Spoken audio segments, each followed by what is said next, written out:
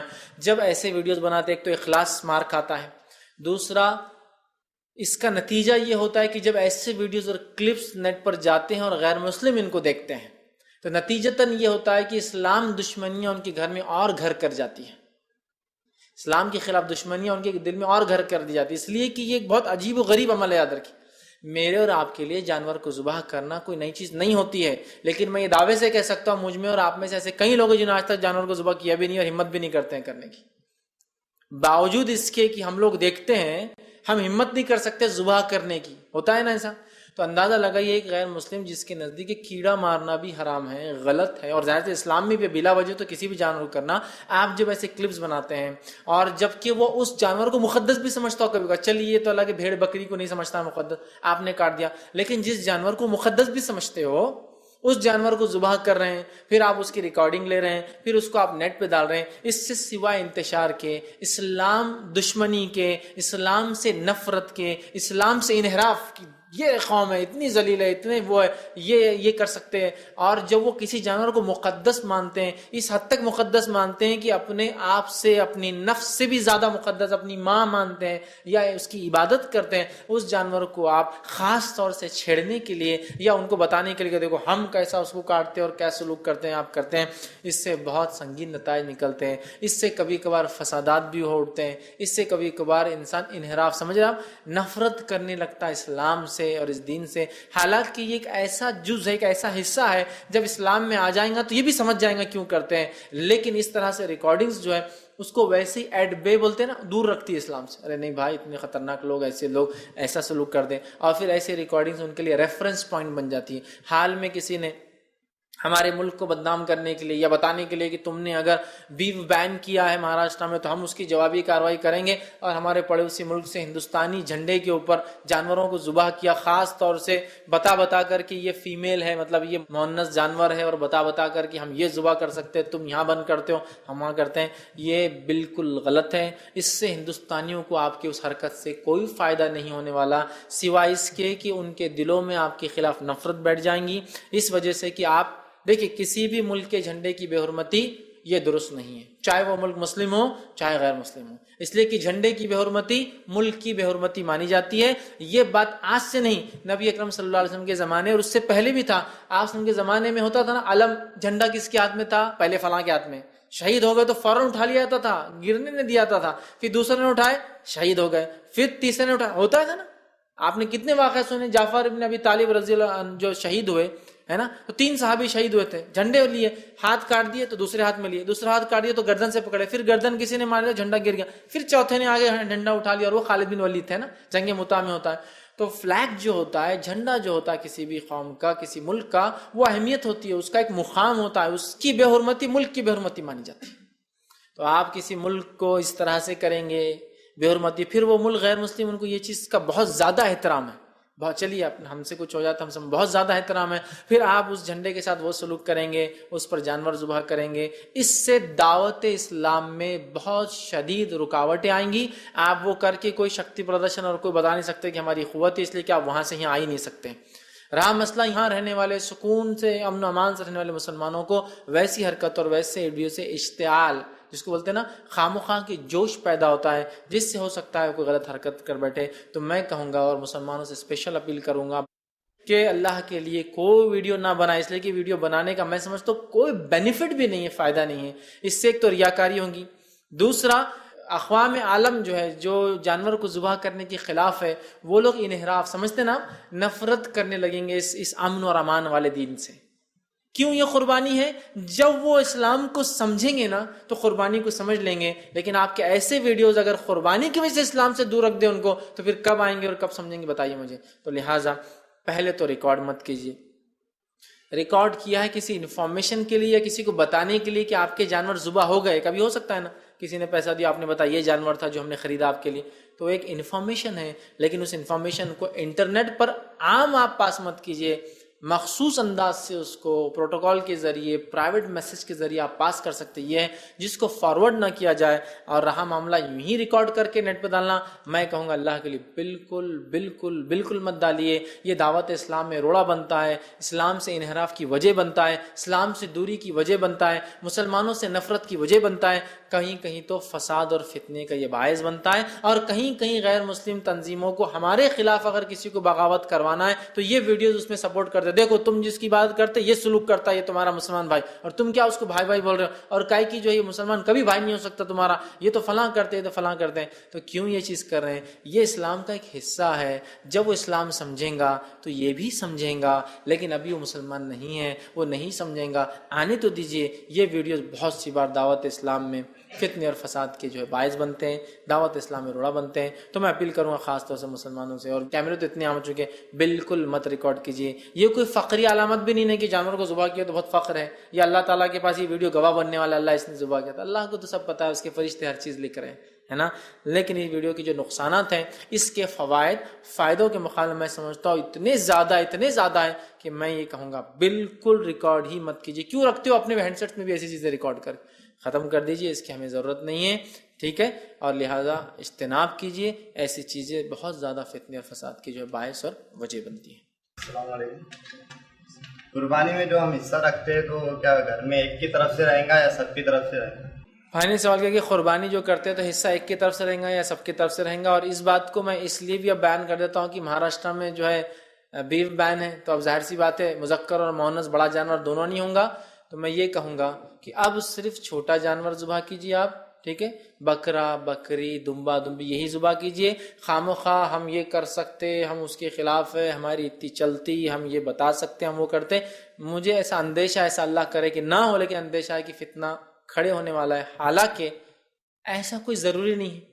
اب یہ موقع بھی بہت اچھا ہے کہ سنت کو واپس ریوائیو کیا جائے، کہ آپ وسلم کے زمانے میں ابو ایوب انصاری رضی اللہ عنہ فرماتے ہم اپنی طرف سے اور اپنے اہل و عیال کی طرف سے ایک جانور ذبح کرتے، ایک بکری ذبح کرتے. تو کسی نے سوال کیا ابو ایوب انصاری سے، ایک بکری ذبح کرتے پورے گھر؟ تو گھر میں 80 لوگ ہو تو کہا 80 لوگ بھی ہوتے تو ہم ایک ہی بکری ذبح کرتے. تو پتہ چلا ایک حصہ پورے خاندان اور گھر کی طرف سے کافی ہو جاتا ہے. یاد رکھیں، ہاں اللہ نے دیا ہے تو 1 2 10 20 25 50 100 کیجیے، وہ ایک الگ ایشو ہے. لیکن کفایت جس کو بولتے ہیں نا، قربانی ہو جائے، ایک حصہ اپنی طرف سے اور اپنے گھر والوں کے مطلب بیوی اور بچوں کی طرف سے کافی ہے. جس کو عام زبان میں کہوں گا ایک کمانے والا ایک حصہ ڈالے، یا ایک چولہا ایک حصہ ڈالے.